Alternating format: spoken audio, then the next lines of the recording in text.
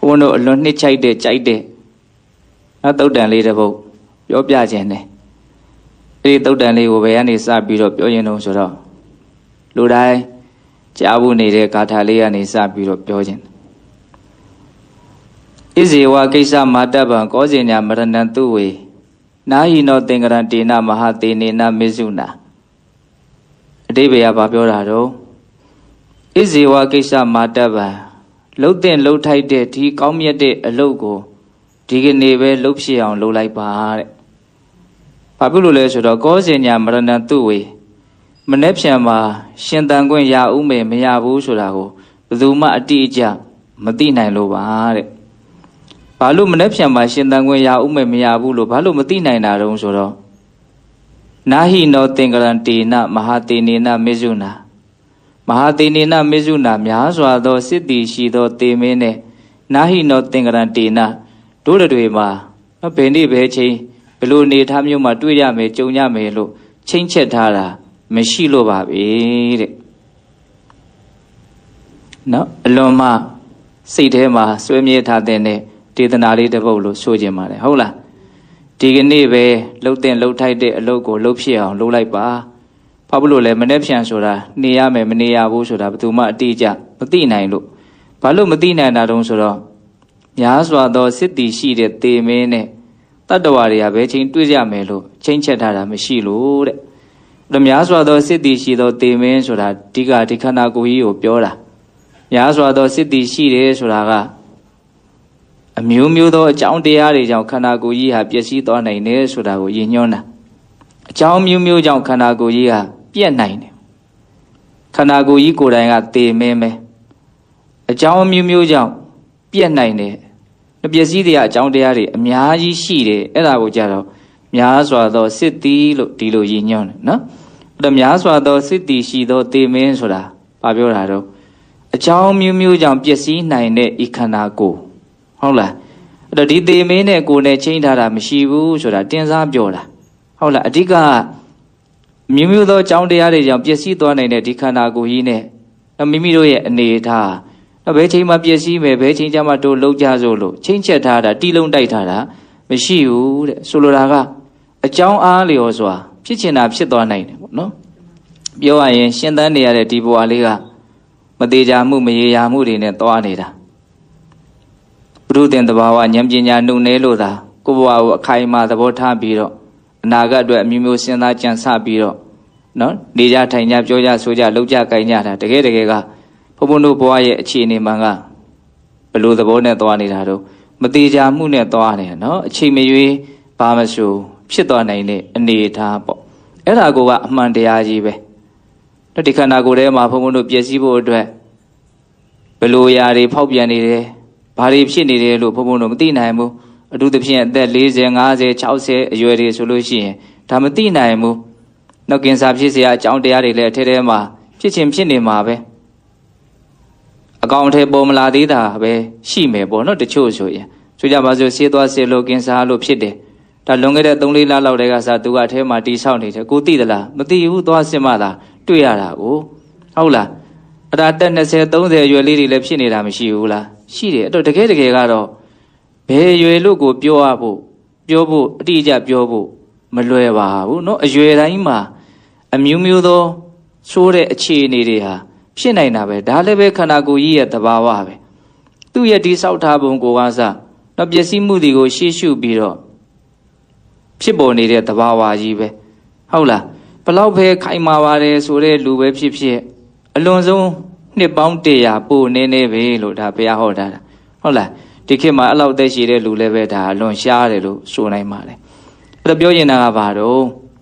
များစွာသောစစ်တီရှိတဲ့သေမင်းနဲ့ချိန်ချက်ထားတာမရှိဘူးဆိုတာပါလဲပျက်စီးတဲ့အကြောင်းတရားအလွန်များပြားတဲ့ခန္ဓာကိုယ်ကြီးနဲ့မိမိတို့တွေဟာဘယ်ချိန်မှပြက်ကြစို့ဘယ်ချိန်ကျမှပြက်မယ်လို့ချိန်ထားတာမရှိဘူးတဲ့ဒါကြောင့်မို့လို့မနှက်ဖြန်ဆိုတာတောင်သေကြတဲ့သဘောမရှိဘူးပေါ့နော်အဲ့လိုမနှက်ဖြန်တောင်မသေးကြဘူးဆိုတော့တပတ်ခါဖနှွဲကဆိုတော့ပြောမနေနဲ့ပေါ့ဆိုတဲ့အဓိပ္ပာယ်ကဟုတ်လားဒါကြောင့်မို့လို့ဒီနေ့ဒီပင်လျင်နော်လှုပ်တင်လှုပ်ထိုက်တဲ့အလုပ်ကိုအလုတ်တင်ဆုံးအချိန်လို့ဒါမြတ်စွာဘုရားရွေးချယ်ပြီးတော့ပြတယ်ဟုတ်လားအဲ့ဒါလောက်အရေးကြီးမြတ်စွာဘုရား နော်လှုပ်ခိုင်းတဲ့အလုပ်ကဘလို့အလုပ်မျိုးတော့အခုဘုံဘုံပြောနေတဲ့ဒီဂါထာလေးကဗတ္တိကာရတသုတ်တန်ထဲမှာလာတဲ့ဂါထာလေးသူ့ရဲ့ရှေ့ကအရင်နှစ်ဂါထာမြတ်စွာဘုရားဟောထားတယ်အဲ့ဒီနှစ်ဂါထာကမြင့်မြတ်တဲ့လုပ်ငန်းစဉ်ကိုပုံဖော်ပြထားတာပေါ့နော်ဒီနေ့ပဲလှုပ်တဲ့လှုပ်ထိုက်တဲ့အလုပ်ကိုလှုပ်လိုက်မနေ့ပြန်ဆိုတာမသေးကြဘူးဘာလို့တော့ပျက်စီးတဲ့အကြောင်းတရားအများကြီးရှိတဲ့ဒီခန္ဓာကိုယ်နဲ့ချိန်ထားတာမရှိလို့ဘယ်ချိန်ကျမှပြက်ကြမယ်လို့တီလုံးတိုက်ထားတာမရှိလို့အဲ့လောက်ထိပြောရလောက်အောင်အရေးပါတဲ့လုပ်ငန်းကဘလို့လုပ်ငန်းမျိုးတော့အခုကိုလှုပ်လိုက်ပါကွာလို့ပြောရလောက်အောင်အရေးကြီးတဲ့အလုပ်ကဘလို့လုပ်ငန်းမျိုးတော့အဲ့ဒါရှေ့နဂါထာကအဲ့ဒါကိုမြတ်စွာဘုရားညွှန်ပြထားတာဒါအနှစ်ချုပ်ပြီးတော့ဘုံဘုံတို့ပြောတဲ့အနေအထားလေးမို့လို့အကြံမြင့်လေးပဲပြောတာပေါ့နော်အဲ့တော့ဘယ်လိုမြတ်စွာဘုရားကအဲ့ဒီမြင့်မြတ်တဲ့လုပ်ငန်းစဉ်ကိုတော့ဒီကနေ့ပဲလှုပ်လိုက်ပါလို့တိုက်တွန်းလိုက်တဲ့လုပ်ငန်းစဉ်ကိုဘယ်လိုလေးမြတ်စွာဘုရားပုံဖော်ပြတော့အတိတနာနဝဂမေယနပတိကင်ခေအနာဂတံယရတိတံပိဟိနန္တအပ္ပတင်္စအနာဂတံနော်အတိတ်ကိုလည်းအစင်မလိုက်နဲ့အနာဂတ်ကိုလည်းအစင်မလိုက်နဲ့အတိတ်ဆိုတာပြီးခဲ့ပြီပျောက်ခဲ့ပြီမရှိတော့ဘူးအနာဂတ်ဆိုတာရောက်မလာသေးဘူးတဲ့ဟောအဲ့ဒီကဒါလေးရဲ့အတိတ်ပဲကဟုတ်လားပြီးခဲ့တာတွေကပြီးခဲ့ပြီဘာမှမရှိတော့ဘူးရှာလို့လည်းမတွေ့နိုင်တော့ဘူးတကယ်ကိုထာဝရပြီးခဲ့ပျောက်ခဲ့တော့တာနော်မနေ့တုန်းကကိစ္စအရင်လကကိစ္စအရင်နှစ်ကကိစ္စဟာအဲ့ဒါတွေအဲ့လောက်ဝေးတာတွေထားလိုက်အောင်ခုတင်လေးဖြစ်ခဲ့တဲ့ကိစ္စကိုတကယ်ကမရှိတော့ဘူးဒါကြောင့်မြတ်စွာဘုရားအတိတ်ကိုဘလို့မှန်မှန်ကန်ကန်သုံးသပ်ပြတော့ယရတိတံပဟိနန္တံနော်အတိတ်ဆိုတာပြီးခဲ့ပြီကုန်ခဲ့ပြီပျောက်ခဲ့ပြီဘာမှမရှိတော့ဘူးတဲ့ကဲအဲ့လောက်တော့ပြက်ပြက်သားသားပြောထားတာအဲ့ဒါကြောင့်မလို့အတိတံနာနာကမေယပြီးခဲ့ပြီးသားတွေနဲ့ပတ်သက်ပြီးတော့ဘာမှအဲ့ဒါစိတ်ထဲမှာအကုသိုလ်တွေမဖြစ်စေနဲ့ပူလောင်မှုတွေမဖြစ်စေနဲ့ဘာမှမရှိတော့တဲ့အရာကြီးနဲ့ပတ်သက်ပြီးတော့စိတ်ထဲမှာပူးနေတာလောင်းနေတာဒါဘလောက်မိန်မဲရရောက်လဲဆိုတဲ့အဓိပ္ပာယ်မျိုးထိကိုကတွေးတတ်ရမှာနော်အနာဂတ်ကိုကြတော့မြတ်စွာဘုရားဘလို့သုံးသပ်ပြတော့အပ္ပတင်္စအနာဂတံအနာဂတ်ကရောက်မလာသေးဘူးတဲ့ဟောရောက်မလာသေးဘူးဆိုတော့ဆန္ဒတွေသိစောမနေနဲ့သူလည်းတကယ်မရှိသေးဘူးလို့ပြောတာပဲဟုတ်လားဒါကြောင့်တကယ်မရှိသေးတဲ့အရာတွေနဲ့ပတ်သက်ပြီးတော့လည်းပဲစိတ်ကိုနော်ຢာကဒေါသမောဟတို့ဖြစ်မပင်ပန်းစေနဲ့မပူလောင်စေနဲ့အကုသိုလ်မဖြစ်စေနဲ့လို့ပြောတာဟုတ်လားဒါကြောင့်အတိတ်ကိုလည်းမပြန်နဲ့အနာဂတ်ကိုလည်းမကြံနဲ့ဘာကြောင့်လဲအတိတ်ဆိုတာမရှိတော့ဘူးအနာဂတ်ဆိုတာရောက်မလာသေးဘူးတဲ့အလွန်ကောင်းတဲ့ဒေသနာလေးရေနော်အဲ့ဒါလိုလေးသုံးသပ်ပြပြီးတော့မြတ်စွာဘုရားကအဲ့ဒါလိုအတိတ်ကိုမပြန်ဖို့အနာဂတ်ကိုမကြံဖို့တကယ်လက်တွေ့မှာဘလို့နေမတော့ဒုတိယကထာပိစုပန်နေစယောဓမ္မတထတထဝိပတ္တိအတ္တဟိရအတ္တကုပ္ပံတံဝိရာမနုပြုဟေယအခုလောလောဆယ်ပိစုပန်အခိုက်အတန့်တိုင်းမှာဖြစ်နေတဲ့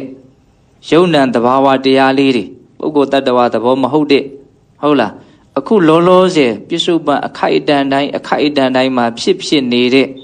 ့ပို့ပြီးတော့ရှင်းအောင်ပြောရင်မြင်နေတဲ့ကြားနေတဲ့တွေးနေတဲ့ခံစားနေတဲ့သဘာဝလေးတွေဟုတ်လားအဲ့ဒီပြစ္ဆုတ်ပံမှာဖြစ်နေတဲ့အခိုက်အတန့်ပဲအဲ့ဒီသဘာဝတရားလေးတွေကို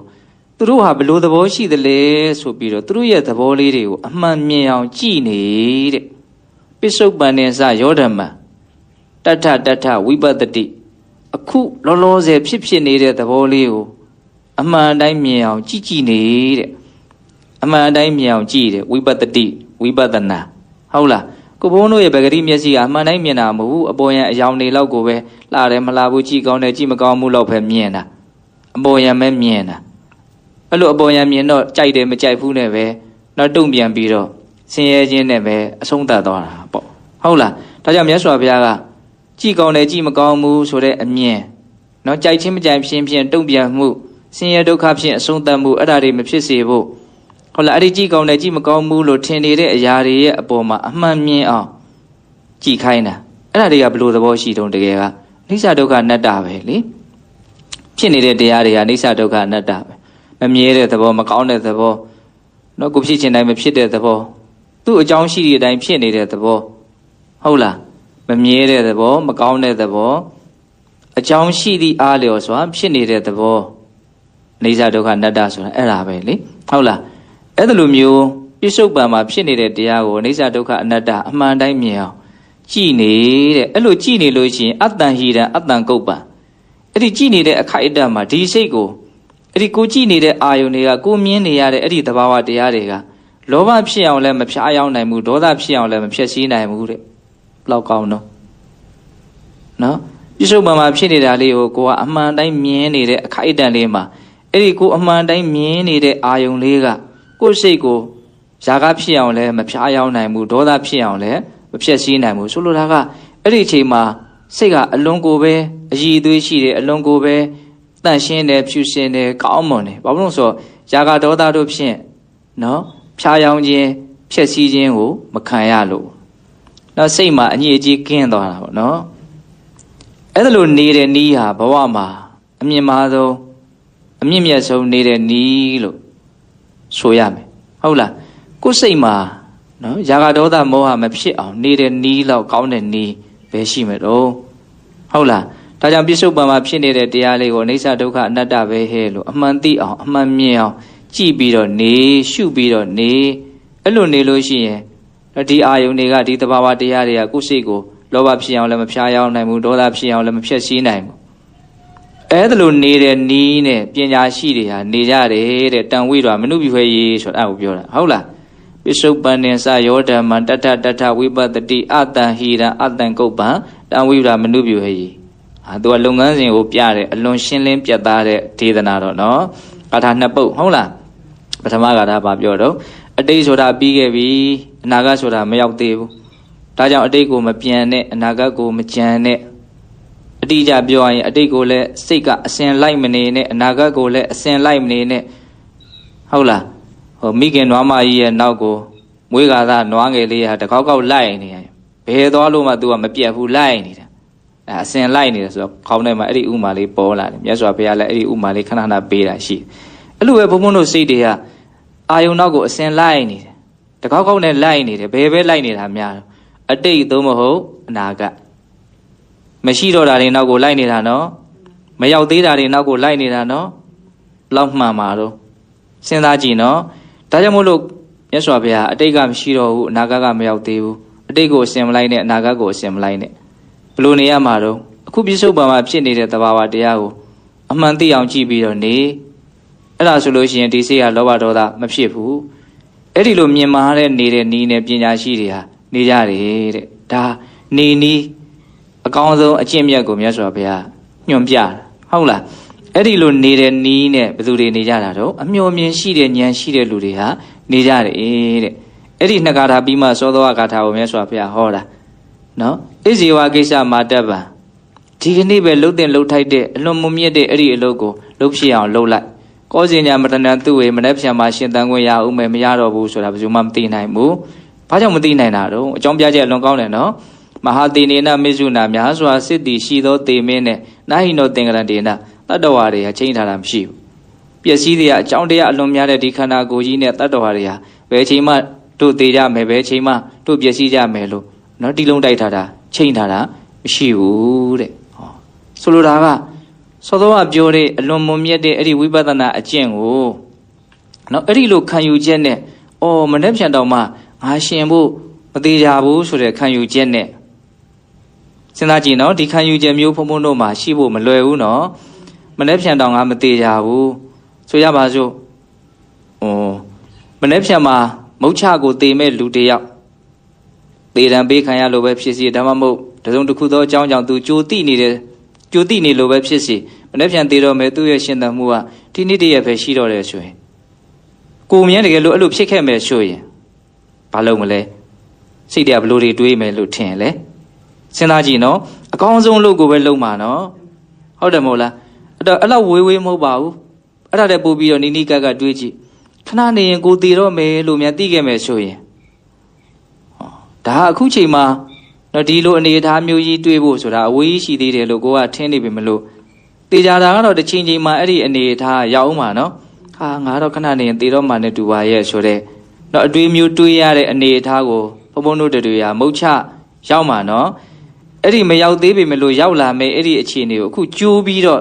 စိတ်ကူးကြည့်စမ်းပါခဏနေရင်ငါတည်တော့မှာလားလို့တွေးမိတဲ့အချိန်မျိုးဆိုရင်အဲ့ဒီငါဘာလုပ်မှာတော့နော်ကောင်းတာမှရိုးရိုးကောင်းတာမလို့ဘူးကောင်းတဲ့မှာထက်ရွေးအောင်မှာဟုတ်တယ်မဟုတ်လားဘုံတို့ထမင်းစားတော့လဲရွေးနေတာပဲလေ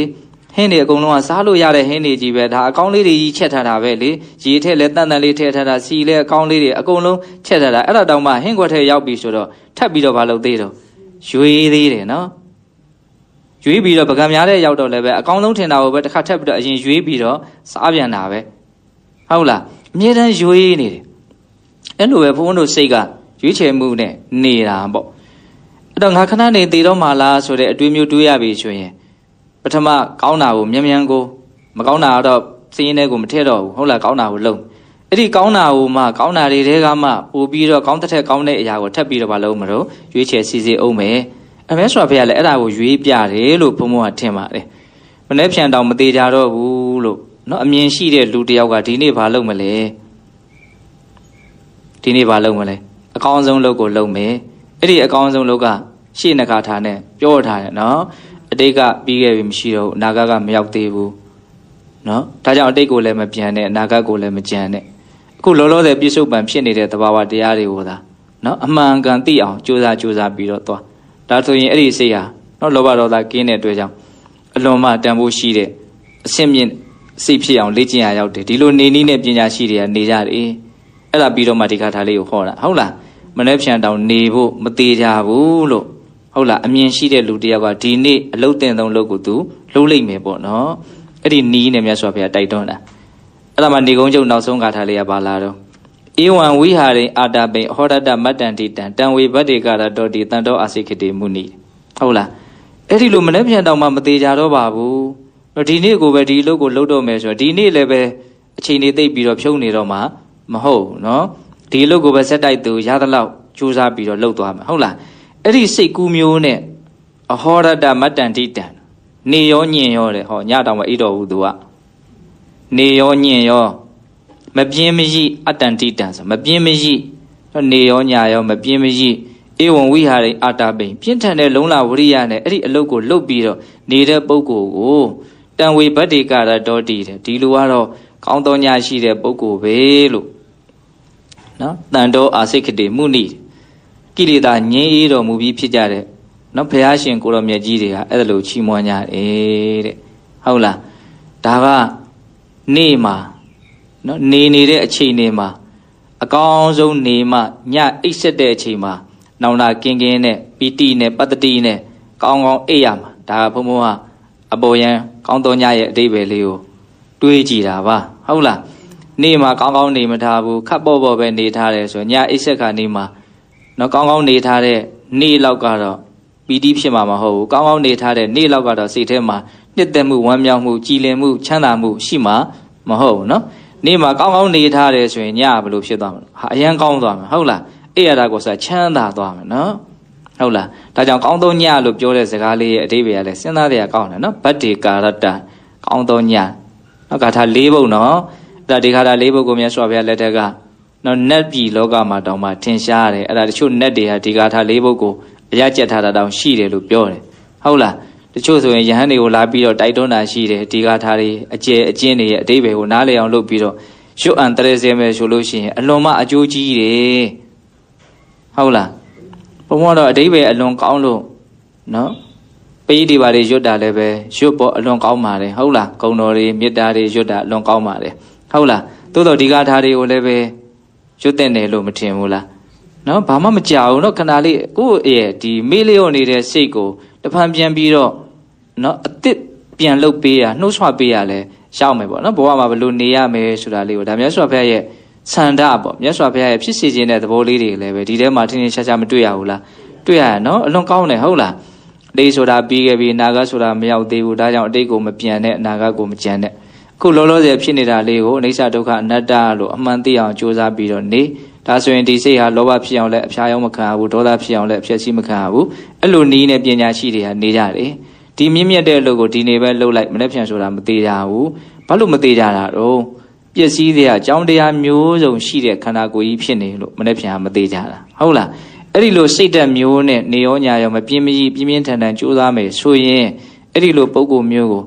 ငြိမ်းအေးတော်မူဖြစ်တဲ့ဘုရားဆရာရှိတဲ့သူတော်ကောင်းကြီးတွေကကောင်းတော်ညာရှိတဲ့ပုဂ္ဂိုလ်လို့ပြောရတယ်တဲ့ချီးမွမ်းကြတယ်တဲ့ဟုတ်လားဒါကြောင့်တရားတွေကတော့ကောင်းတဲ့တရားတွေကြီးပါပဲသို့တော့ကောင်းတဲ့တရားတွေတဲကမှကိုယ်စိတ်နဲ့ပိုးပြီးတော့နော်နှစ်ချိုက်တဲ့ထပ်ပြီးတော့ရွေးမယ်ဆိုရင်ဒီတရားလေးကစိတ်ထဲမှာအလွန်မှကိုပဲနှစ်သက်ရတဲ့တရားတစ်ပုဒ်ဒါလေးကိုနောက်ဒီကမာကြီးတို့ဘုံဘုံတို့အမြတ်တမ်းဝေကနေလေးမှာစိတ်ထဲမှာ